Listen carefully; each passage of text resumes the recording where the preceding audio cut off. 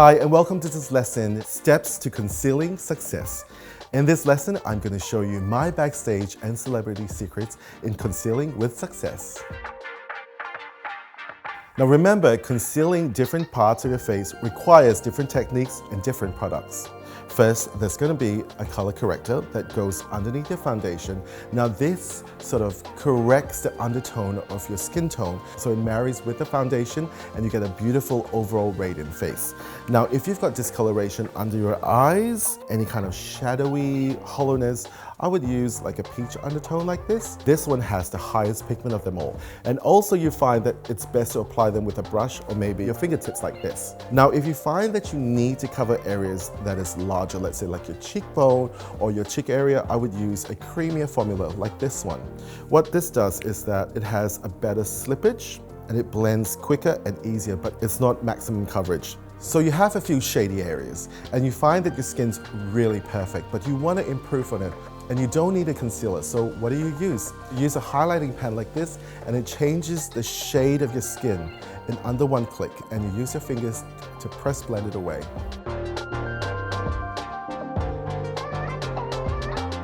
So we want to talk about different skin tones, and I've got a full array of palette here. We're going to start with Asian skin tones. I find that with Asian skin tone, especially when you're really fair, it's good to use like a pink undertone. Can you see this weird color that doesn't match the rest of my concealer palette? That's an undertone. So you apply this first before you apply your foundation, then you come back to this palette and you apply your concealer if you still need it. Now, if you want to go to a deeper skin tone or a regular mid-tone, you have like a deeper shade, which is my second palette, and you can see that it starts to get a little bit peachier, a pink actually, and you have a yellow to brighten. So you can play with this too. Now, girls with Mediterranean skin tone are often affected with a lot of pigmentation. I would choose this color palette, and it has like an orangey corrector. And what I like to do is, with a flat brush, I apply it onto the pigmentation, apply your foundation, and then continue with the rest of the palette. For African skin or African American skin, we have a really deep skin tone, and you can see it's bright orange. So this is great to cover under your eyes or around the lip area or the mouth area. And for girls with South Asian heritage, these two darker palettes are really great for you, like the orange and also the dark peach. When you apply this on and then a foundation, and then you put your lipstick on, you find that the color becomes more accurate. Now when it comes to covering scars, and I know a lot of you girls are really upset by it when you have scars, don't worry, it is a nightmare to conceal. But let me help you with this. First, you need to make sure that the layer of skin on top of these scars, whether it's acne or an old scar, is well moisturized, because you don't want to have that crusty skin. Now what I have is like a full to medium coverage concealer in my hand. And don't forget to use the corrector in this corner to lay on top of the scar and blend it in to make sure that it's all corrected. Or if you find that you've got redness around your face due to pimple or a rash, a green is really good. Now with really dark skin with really severe scarring, I would use a red. Apply this on, especially around the area, apply your foundation over it, and it should neutralize. Let's just understand that an undertone corrector is just as important as a concealer. Using the wrong undertone could give you really ashy finish. If you have a deeper skin tone and you use a yellow undercorrector, what you're going to get is a highlighted reverse raccoon eyes, which is not what we want. So correctors are going to be your best friend. And if you have a medium to a deeper skin tone, what really works is like a pink undertone or a peach undertone. And this balances out the ashiness. By using a peach or a pink under the eye, we're going to bring radiance to the skin. We're not going to make it look gray, if you know what I mean. So first, use a corrector to neutralize the area. Then we use a foundation, and finally we use a concealer. When it comes to concealer, it gets quite tricky, so you have to think about the event that you're going to. A concealer is a thicker version of a foundation, so that means that it stays put more and it has less slippage. So it's so important to do this only after your foundation. It's meant to go in and it stays there. That's why it's usually a drier formula.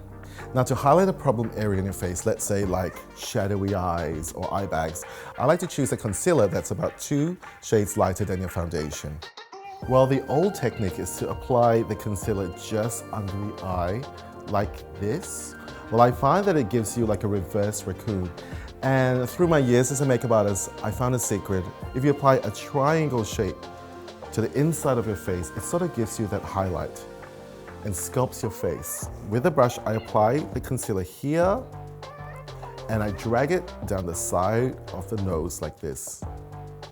And I stop at the nostril. And then I use my hands and I press, blend it out. You should never rub. By using a lighter tone on the inside of your face, what it does is that it brings out your features and makes it look more three-dimensional. Now we've done concealing, we've done color correcting. There's a third product that I'd like to share with you. It's a product that comes in a pen. What it does is that it reflects light. So this is really great for deep set eyes. There's a clicker at the back. We clicked it a few times and we zero in on the shady areas, like this. And you can see that instantly it reflects light already. Now this product doesn't have a lot of pigment to conceal it, it just has a lot of reflectors in it. And mainly this product is used to brighten up the area. So I use it on the inside, sometimes at the side of the nose, like this, the corners of the mouth, like this. And then with your fingers, press blend it away discreetly.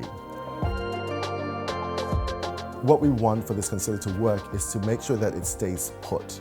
There is a difference between a big brush and a little brush. And when you want to zero in on setting a product, I like to use a smaller brush, like this. I like to use a powder that's not going to dry out the eye area, and also a powder that has no pigment in it, because you don't want to color correct everything and then recolor it with your powder. Do you understand what I mean? When you use a non-pigment powder and you put it over your eyes like that, it doesn't change the integrity of the shade on your face. All it does is that it sets in the product and that you have the confidence to go on your day and know that the product will not budge. Now, if you apply your concealer over your eyelids, make sure that you use a little powder as well. If the next step is going to be an eyeshadow, this gives it maximum blendability. You don't want to put eyeshadow straight onto a concealer because it's quite sticky. It means that you won't be able to blend your eyeshadow perfectly. And you're done. I think it's really pretty, don't you think? All right, guys, that's it. That's my lesson to concealing with success. Now, if you feel like you forgot anything, you can always watch this video again. And remember that if you conceal well, you'll have a really great base to work on. And that's the start of a beautiful makeup.